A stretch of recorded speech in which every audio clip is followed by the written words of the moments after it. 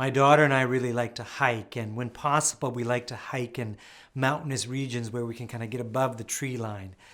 And one of the things we really like is when we see a tree just at that border between trees and no trees that's kind of hanging there where it shouldn't be, where there's a flower that's growing where nothing else is growing. And one of us usually says, look at that resilient tree or look at that resilient flower. And what we mean by resiliency is that ability to withstand or recover quickly in spite of difficult circumstances. So we have these trees or flowers growing where on the surface it doesn't look like they should grow.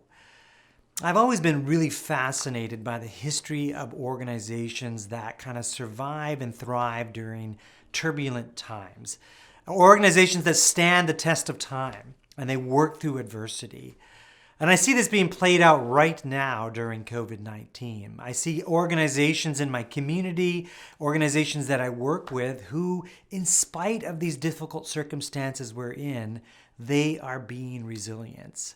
They're not just waiting the pandemic out, they're being innovating, they're changing, and they're adapting, and they're surviving, and sometimes they're thriving in spite of these difficult circumstances that has been thrown their way. They are being resilient. If you have a question or topic you'd like me to consider, please let me know.